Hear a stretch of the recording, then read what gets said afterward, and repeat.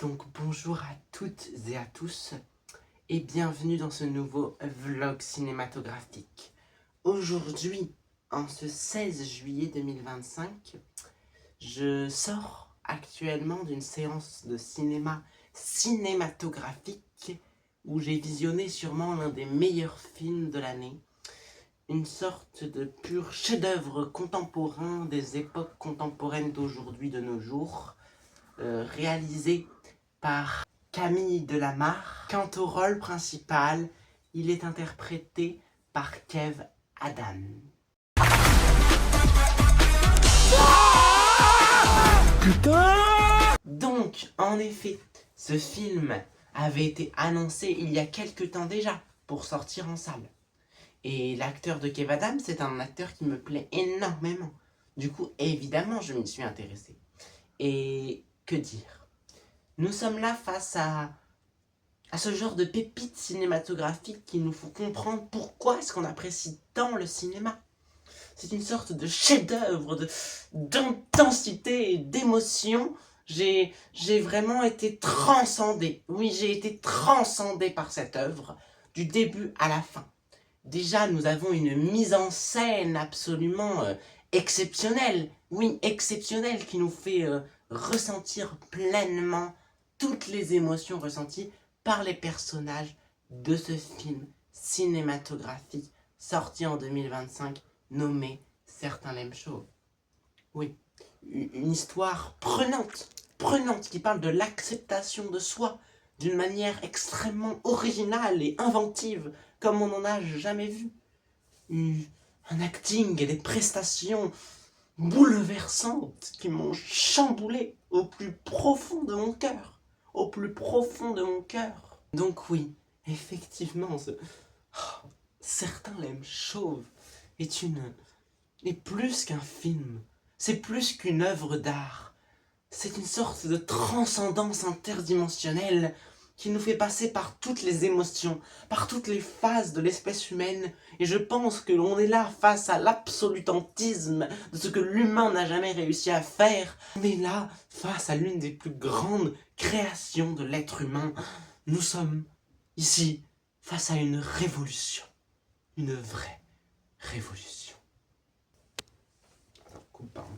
Donc, un petit peu plus sérieusement, évidemment, Certains l'aiment chauve avec Kev Adams et Cécile, je sais pas trop quoi, bah c'est nul, hein, c'est vraiment de la merde. C'est clairement un des pires films de 2025. Bon, sans surprise, l'histoire est pathétique, le jeu d'acteur est tout aussi pathétique, l'humour ne fonctionne pas, la mise en scène, bah, il n'y en a pas. Si je me trompe, il y a une seule scène où il y a de la mise en scène, où en gros on fait des plans très, très fermés sur les personnages, et ensuite on fait un plan large, et ça dévoile quelque chose sur l'intrigue. Alors attention, je vais mettre un disclaimer, je vais spoiler une petite partie du film. Il y a un moment où Kev Adams rentre dans une maison, et on fait plein de plans très, très serrés sur la terrasse, sur Kev Adams et son interlocuteur. Et à un moment, bam, l'interlocuteur dit ouais, en gros qu'il avait vendu plein de choses et qu'il a très peu de meubles et qu'il a peu de choses, et là, bam, en fait on découvre que sa maison est presque vide. Voilà, c'est l'une des seules idées de mise en scène qu'il y a dans ce film, et c'est pas vraiment une idée. Voilà, évidemment c'est problématique, il y a des blagues misogynes, homophobes, tout ce que vous voulez, bon, c'est catastrophique. Le montage est pathétique, ça ne raconte rien, et les 1h20 on les sent passer. J'ai cru que c'était 1h40 voire 2h. Quand j'ai appris que c'était 1h20, je n'y ai pas cru. Donc voilà, il n'y a rien à retenir de ce film. Le film ne raconte absolument rien, c'est une bouse intersidérale. C'était pas surprenant, on s'y attendait.